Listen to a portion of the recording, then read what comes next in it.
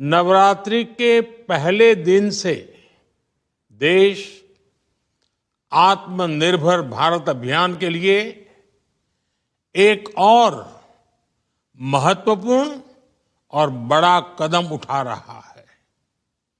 कल यानी नवरात्रि के प्रथम दिवस 22 सितंबर को सूर्योदय के साथ ही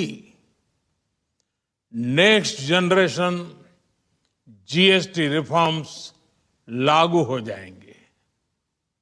एक तरह से कल से देश में जीएसटी बचत उत्सव शुरू होने जा रहा है। इस जीएसटी बचत उत्सव में आपकी बचत बढ़ेगी और आप अपनी पसंद की चीजों को और ज्यादा आसानी से खरीद पाएंगे। हमारे देश के गरीब, मध्यम वर्गीय लोग, न्यू मिडिल क्लास, युवा, किसान, महिलाएं, दुकानदार, व्यापारी, उद्यमी सभी को ये बचत उत्सव का बहुत फायदा होगा। यानी त्योहारों के इस मौसम में सबका मुंह मीठा होगा। देश के हर परिवार की खुशियां बढ़ेगी। मैं देश के कोटि कोटि परिवारजनों को नेक्स्ट जनरेशन जीएसटी रिफॉर्म्स की और इस बचत उत्सव की बहुत बहुत बधाई देता हूं, शुभकामनाएं देता हूं।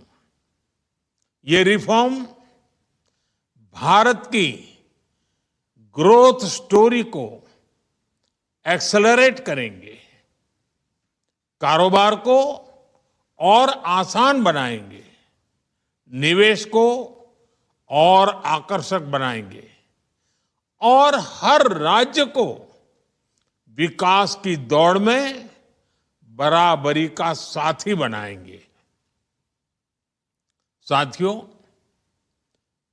जब साल 2017 में भारत ने जीएसटी रिफॉर्म की तरफ कदम बढ़ाया था तो एक पुराना इतिहास बदलने की और एक नया इतिहास रचने की शुरुआत हुई थी। दशकों तक हमारे देश की जनता, आप सभी लोग, देश के व्यापारी अलग अलग टैक्स के जाल में उलझे हुए थे। Octroi, entry tax, sale tax, excise, VAT, service tax, न जाने भांति भांति के दर्जनों टैक्स हमारे देश में थे। एक शहर से दूसरे शहर माल भेजना हो तो न जाने कितने चेक पोस्ट पार करने होते थे, कितने ही फॉर्म भरने पड़ते थे, कितनी सारी रुकावटें थी। हर जगह टैक्स के अलग अलग नियम थे।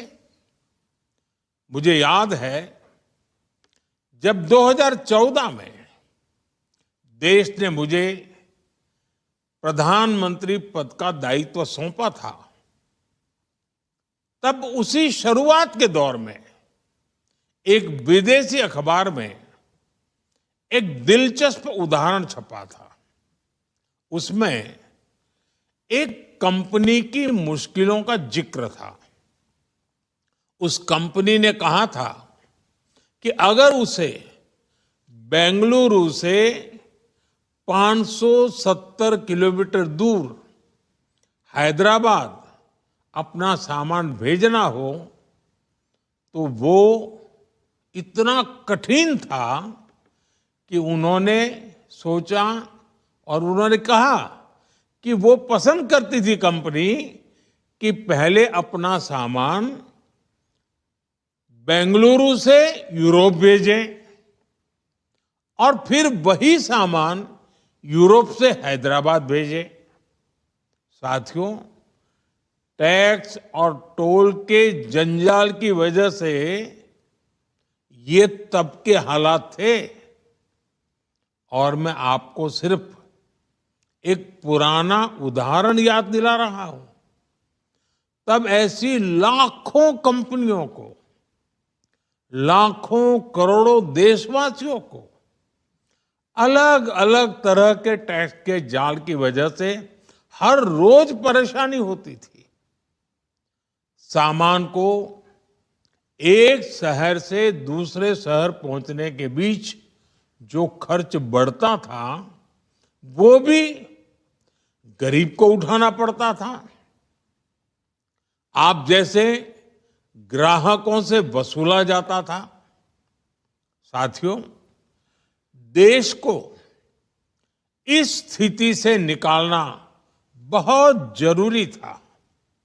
इसलिए जब आपने हमें 2014 में अवसर दिया, तो हमने जनहित में, देशहित में जीएसटी को अपनी प्राथमिकता बनाया।